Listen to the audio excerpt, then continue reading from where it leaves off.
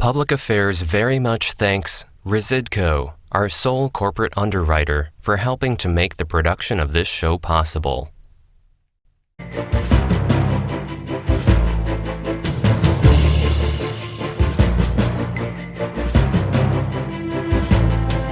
Well, here's one, law and order. Okay. That's probably big in your district. That's very big, and that's one we don't agree on. I talk to the FOP in Chicago all the time. They've endorsed me. The FOP was told to stand down during all the rioting and looting. They were told to stand down, let the looters loot. That's ludicrous.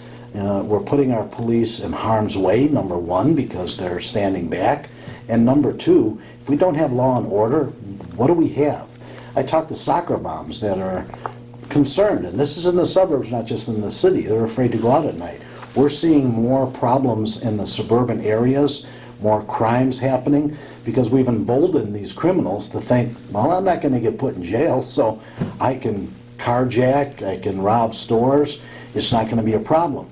We can't let people think that these crimes are going to go unpunished. Let's just show the viewers right now what Marie Newman had to say about systemic racism. Racism is a huge problem in our country, period. It is part of every minute of every day of every hour, and it must be addressed. You're watching Public Affairs. Berkowitz is my name, and politics is our game. And we take you this evening to a really, really hot show because we take you to the 3rd Congressional District. We take you to well, that is the southwest side of Chicago, and then southwest suburbs and towns along the way outside of Chicago. Mike Fricilone is the Republican nominee in the 3rd Congressional District. He is facing off with Democrat Marie Newman. We invited Marie. We didn't hear back from her. So the thing of it is, running for Congress, is it part of your role to exercise leadership or otherwise, to expound on whether kids should be in school getting in-person learning? It's always important for federal elected officials to make their views known. I don't have direct control over the school districts. I have talked to a lot of school administrators and a lot of parents. They've asked for help. And so I talk to school administrators and say, what can we do to get the kids back in school? Is it just about social distancing? Are there other things that are stopping the schools from starting up? CPS is going to make their own recommendation. They haven't come out with it yet. But more and more of the schools in the suburbs out in my area, they're now on a split schedule, a couple of days a week in class and then a couple of days out, which at least is getting them back to some of that social interaction with their peers. And if you were chiming in either to the folks outside of CPS in those cities, towns, villages outside of the city of Chicago in your district, yeah, or even to CPS or to the governor, what's your message? Well, what do you tell those folks? If you look at the COVID rates, kids aren't getting COVID, and so that shouldn't be a problem. Get them in school, allow them to interact with their peers. There really isn't anybody that's being affected in the younger ages, so we need to get them back. If they get COVID, are they getting sick? Are they dying? You have any idea of the data there? Yeah, the data that I've seen pretty much says that they may get it, they may get sick, but their recovery rate is almost 100%. Okay. So get them back to school, get in-person learning, I'm hearing most parents think is way better than remote, right? Exactly. Okay. What about getting people back to work? Is Illinois doing enough of that? Are they doing enough in Chicago?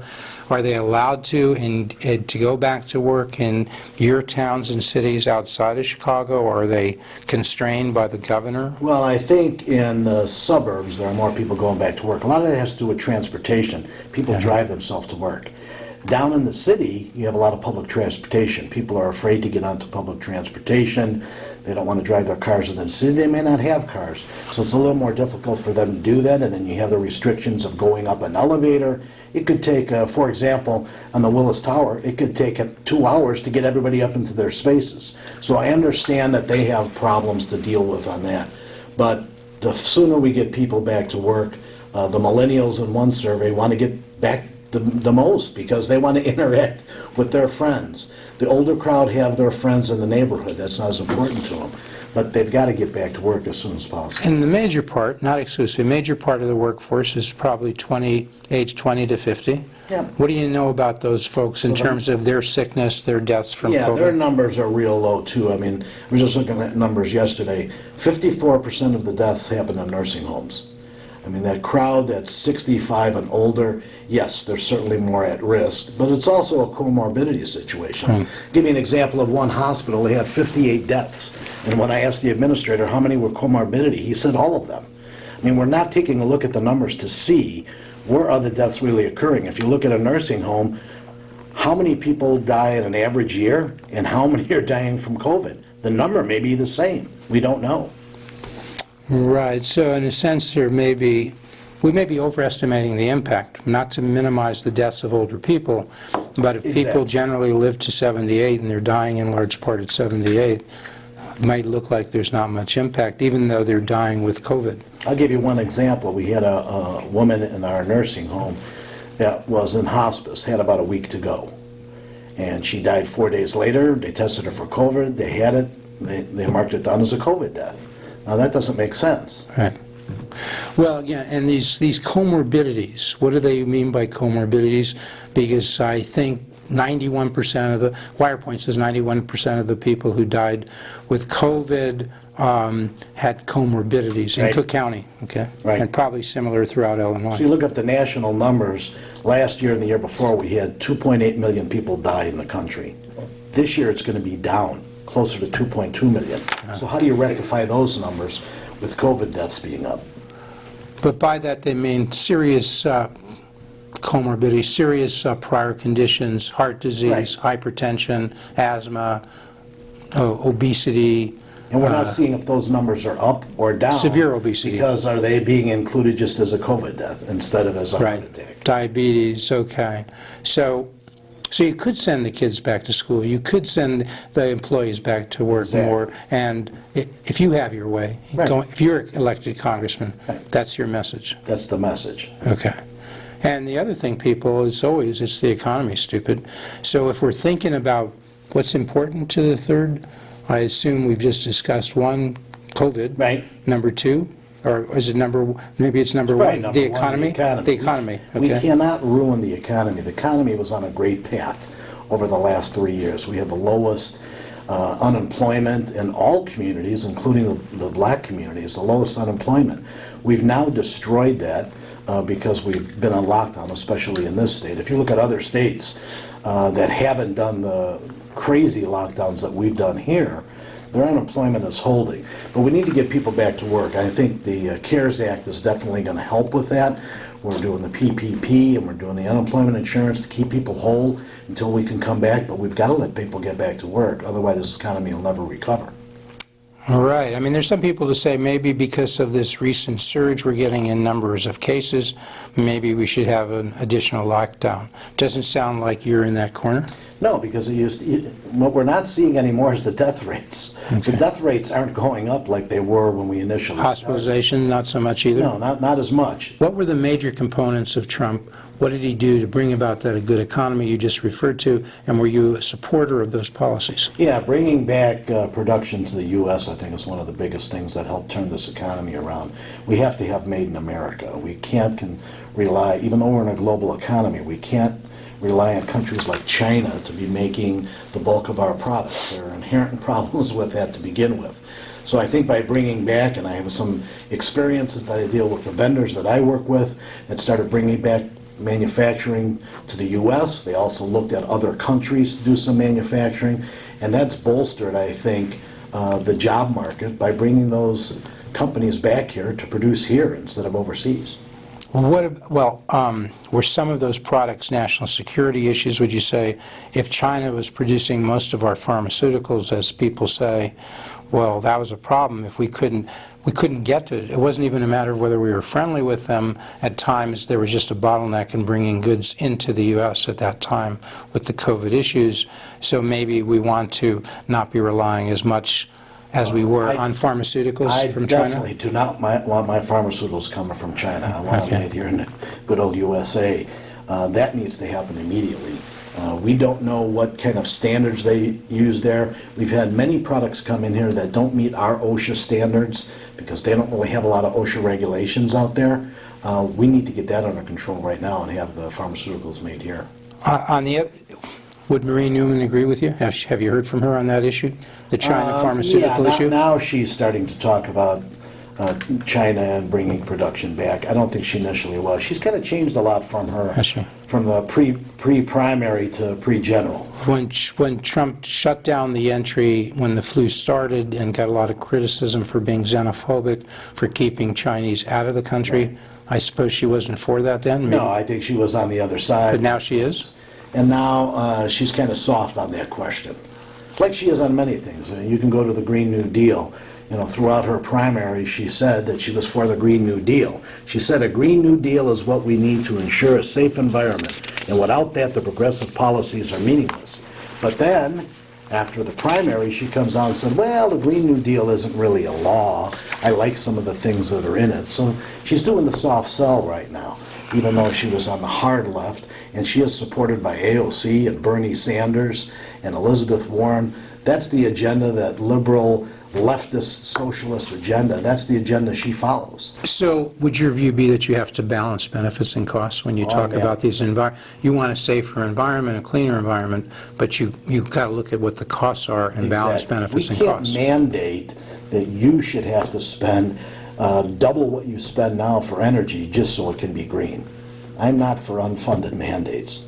So looking more broadly as to whether we get our energy from nuclear, oil and gas, shale, fracking, fossil, and on, recyclables, renewables. Right. How do you sort that through? All right, so fossil fuels. We have 200 years worth of reserves of fossil fuels in the ground. And fossil fuels are going to be important not just for us, but for third world countries. The best way to elevate a third world country to a second world to the first world is to get them fossil fuels and get them up and running so they can start their economy. But here, we can start to make some transitions. But I'm in favor of nuclear energy. There are no emissions that come from nuclear energy. It takes up little space, and an example is the Diablo Canyon nuclear reactor is going to be closed down. It takes up 12 acres of space.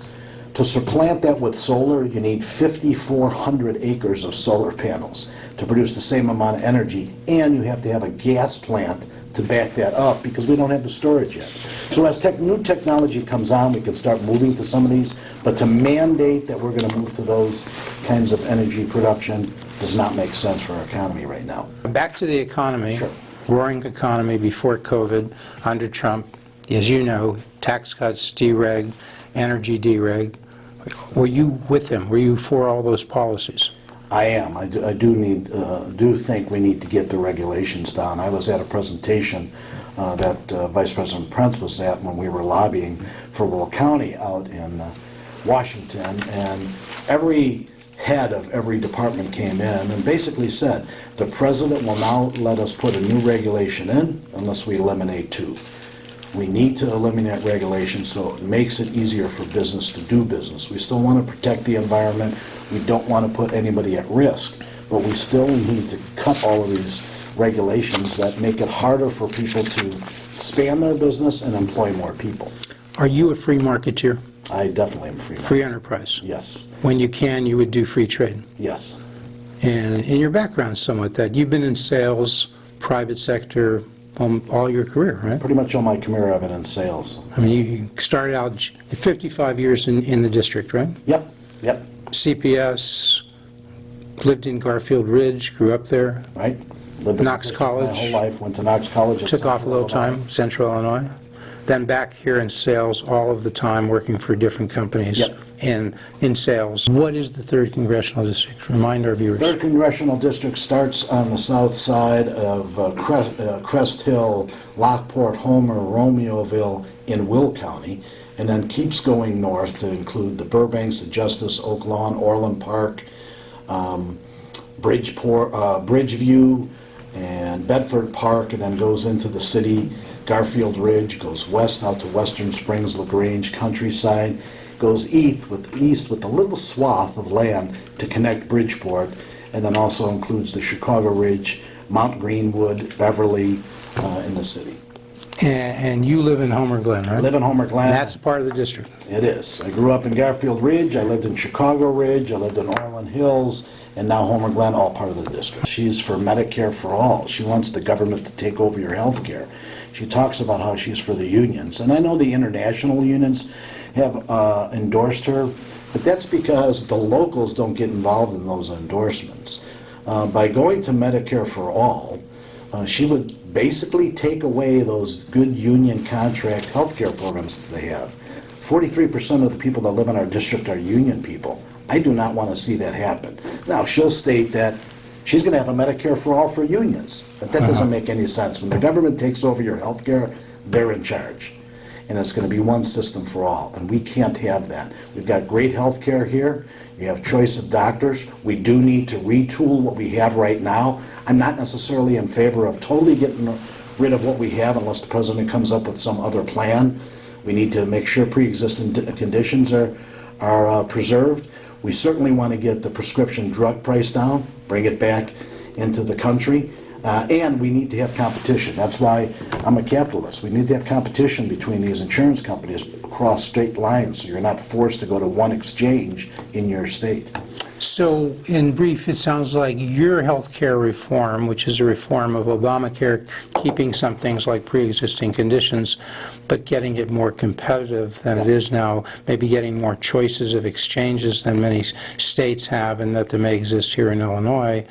Marie Newman, she talk about more competition? No, she talks about taking over your health care. She wants a single... She wants the government to take She wants a single provider. Well, single payer, right? Single payer. Single payer, and in a sense they're monopolists. They become the large buyer. Maybe they have different providers, but they're running the show. They're running the show. You're not having different you're not putting as much emphasis, it sounds like, under Marie's model as you are under competition by the providers. Competition is the lifeblood of this country. That's why people have elevated themselves through competition. That's why companies have elevated themselves through competition. We cannot destroy the competition that exists in our country. Yeah, and so, and you talk about, you have to have, right now there's constraints across states. Right. Various providers of health care in one state, whether they're insurers or providers, cannot sell in Illinois. Exactly. You want to eliminate those constraints, Exactly. right? What about Marie? Is she joining you on that? No, she is not. She's not. She's Medicare for all. Medicare for all. That's all it Medicare is. for all. Okay. Okay. So, competition. We haven't talked about it specifically, yet. We just talked about schools and getting the kids back to schools. School choice, charter schools, school vouchers. A lot of folks who favor competition say that's another place where we should have more competition, especially in the inner city where kids are facing failing schools. If they had some choice, maybe they'd have more competition. Maybe they'd be able to go to an improved You're correct. opportunity. What's interesting about what has happened with COVID and schools closing down is that the private schools, the Catholic schools, they're jammed now. There were a lot of parents that said, I want my kid in school, and so they went to a private school. Maybe they didn't think of that before, but they went to a private school, which has been great for the private schools because they're at capacity at this point. That helps them run more efficiently. And the nice thing about it is that they're realizing that these are good educations, and so we need to look at vouchers. The other thing is when we talk about COVID, none of those private schools are having any issues. All right. So you're for school choice. Yes. And private school choice, charter schools, those are public, but private school vouchers, private schools give the kids the money, let them take the money that's currently being spent, go somewhere else. Exactly. The mayor joins you. It's actually interesting. The mayor, we're taping this on October 20th, 2 weeks from the election, November 3rd. Yep. But the mayor just yesterday said she was talking about pushing to have kids come back for in-person learning. She's now pushing more. She's talking about the equity issues. She's saying these minority kids are falling behind because kids who are in more affluent areas are going to these private schools. These kids here, they're doing remote and it's not working. This is the mayor. No flaming capitalist is she. Well, she's getting a lot of pressure from the parents because the parents are saying, I've got to get my kid back in school. They see what they're learning and the difficulties they're having on the screen. the whole day. So she's getting pressure, and so I think that's what's kind of turning the tide for her. It's funny because she made the point you just made. She said, look, they're private schools and they're not getting spread. They're not getting these kids come to school and spreading the virus to teachers and others. Right. If they're not having problems, why can't we do the same thing at CPS? Right. So, yeah. There's some things you and the mayor could be close on. That's one. This would be one. Huh? That's one only. Well, here's one, law and order. Okay. That's probably big in your district. That's very big, and that's one we don't agree on. I talk to the FOP in Chicago all the time. They've endorsed me. The FOP was told to stand down during all the rioting and looting. They were told to stand down, let the looters loot. That's ludicrous. We're putting our police in harm's way, number one, because they're standing back. And number two, if we don't have law and order, what do we have? I talk to soccer moms that are concerned, and this is in the suburbs, not just in the city. They're afraid to go out at night. We're seeing more problems in the suburban areas, more crimes happening, because we've emboldened these criminals to think, well, I'm not going to get put in jail, so I can carjack, I can rob stores. It's not going to be a problem. We can't let people think that these crimes are going to go unpunished. We talk about the Columbus statue riot that happened there. 101 people were arrested, and Kim Foxx prosecuted none of them. Number one, what does that say for the respect of our police? And number two, what does that say to the average person on the street? That somebody can come and whack me in the head, and they're just going to go free. How does that instill any safety in an individual? How much of a problem is what you've just referred to with this Kim Foxx attitude about prosecuting? It's Cook County, so some of that is in your district. Yep. In addition to being Chicago, it's also Cook County suburbs, and that's what you're facing. And your voters are concerned about that, what is it, easy on crime approach? Yeah, exactly. And I grew up in Garfield Ridge, as I said earlier. My dad was a tool and die maker, my mother was a homemaker, and I had 5 brothers and sisters. We couldn't have everything that we wanted. When the kid next door got the new shoes or whatever. And my father told me, when you go to work, you work hard, and you can buy the things that you want to buy. We can't just let people say, well, I don't have it, so I can just loot and get it. I do think we need more mental health care, but we can't take dollars away from the police department to add to mental health care. In the state of Illinois, in their budget, they cut mental health care.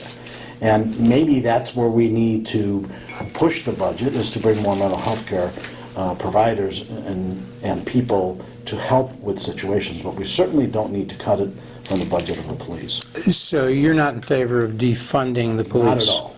Your opponent, Marie Newman, where does she stand on defunding police? She marched with the BLM, who are chanting defund the police. I've asked her twice in press releases to disavow defunding the police. She's not responded to either of those. All right. Well, there's also an issue of how much of this crime issue we're talking about. You were asked this, and she was asked this at the League of Women Voters, systemic racism. Yeah. I mean, let's take a look at that. Let's just show the viewers right now what Marie Newman had to say about systemic racism. Racism is a huge problem in our country, period. It is part of every minute of every day of every hour, and it must be addressed. We need to create equity in our educational systems. We need to reform. I think the original question was about criminal justice reform. Is there systemic racism? Well, Jeff, I grew up in the 70s. Yeah. And in the 70s, there was systemic racism.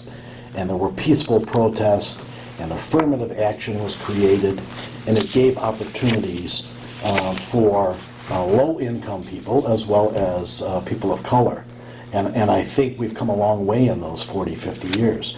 But when you have a black mayor, a black state's attorney, a black Cook County president, a black chief of police, how can we say there's systemic racism? Not in Chicago, not in Cook County, I don't think. If there is, why didn't they fix it? Right. They're in charge.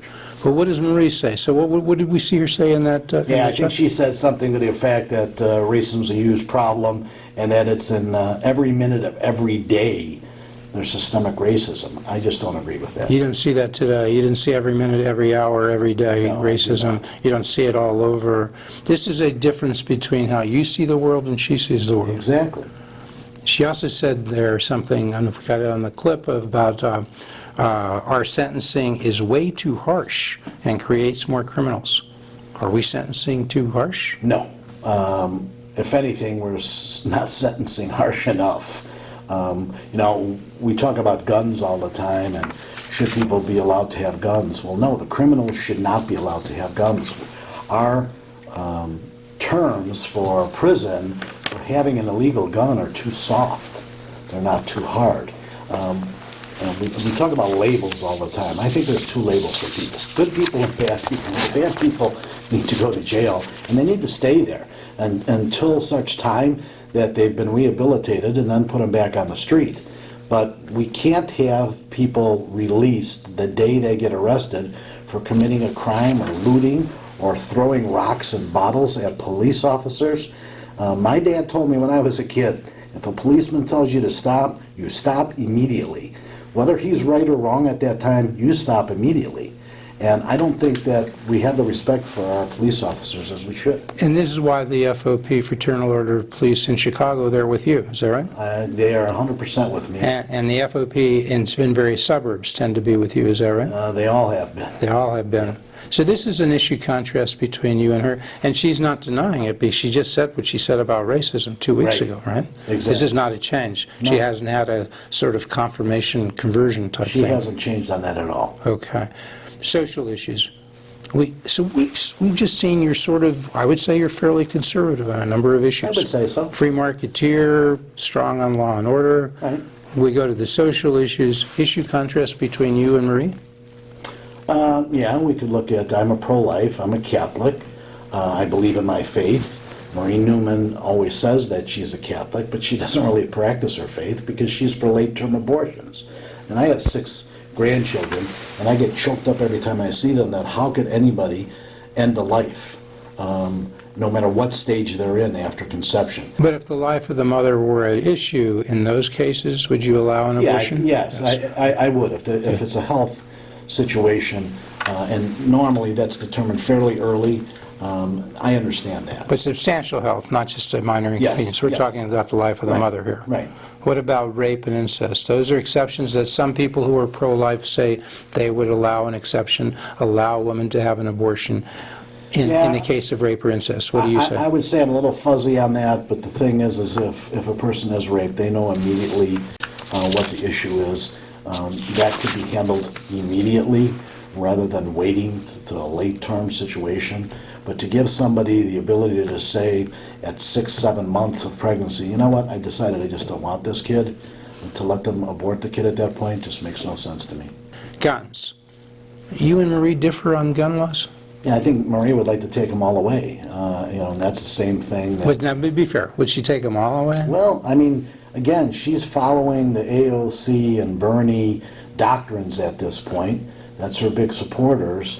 And they're looking at, and Kamala Harris, they're saying out there that they want to take all the guns away. It's ridiculous. You mean they don't believe in the Second Amendment at all? The right to bear arms, they just take it away? Yep, You believe in the Second Amendment? I believe in the Second. What does it come down to as the voters go to the poll in 2 weeks? Jeff, I think it's a very, Mike Fricilone and Marie Newman. I think it's a very easy choice. You can have somebody that's a common sense, mainstream candidate that wants to represent the values of our district. Or you could vote for Marie Newman, who's following the extreme leftist agenda of people in Washington, because she wants to follow that agenda. It doesn't necessarily represent what our district's about. We have a hard-working, mostly blue-collar, unionized district. They are not in favor of that leftist extreme views that some of those people in Washington have. Are they more Democrat than Republican, and does that matter? Well, I think there's 2 kinds of Democrats. There's the Union Democrat, and then there's the Liberal Democrat. Our 3rd district is made up of Union Democrats and Republicans, but the Democrats that are there are Union Democrats. They're not Liberal Democrats. They don't want this leftist extreme view that some people in Washington hold, like Bernie Sanders and AOC, who my opponent supports. Thank you so much. Mike Fricilone, 3rd Congressional District Republican nominee. Thanks for having me, Jeff. Thanks. Appreciate it.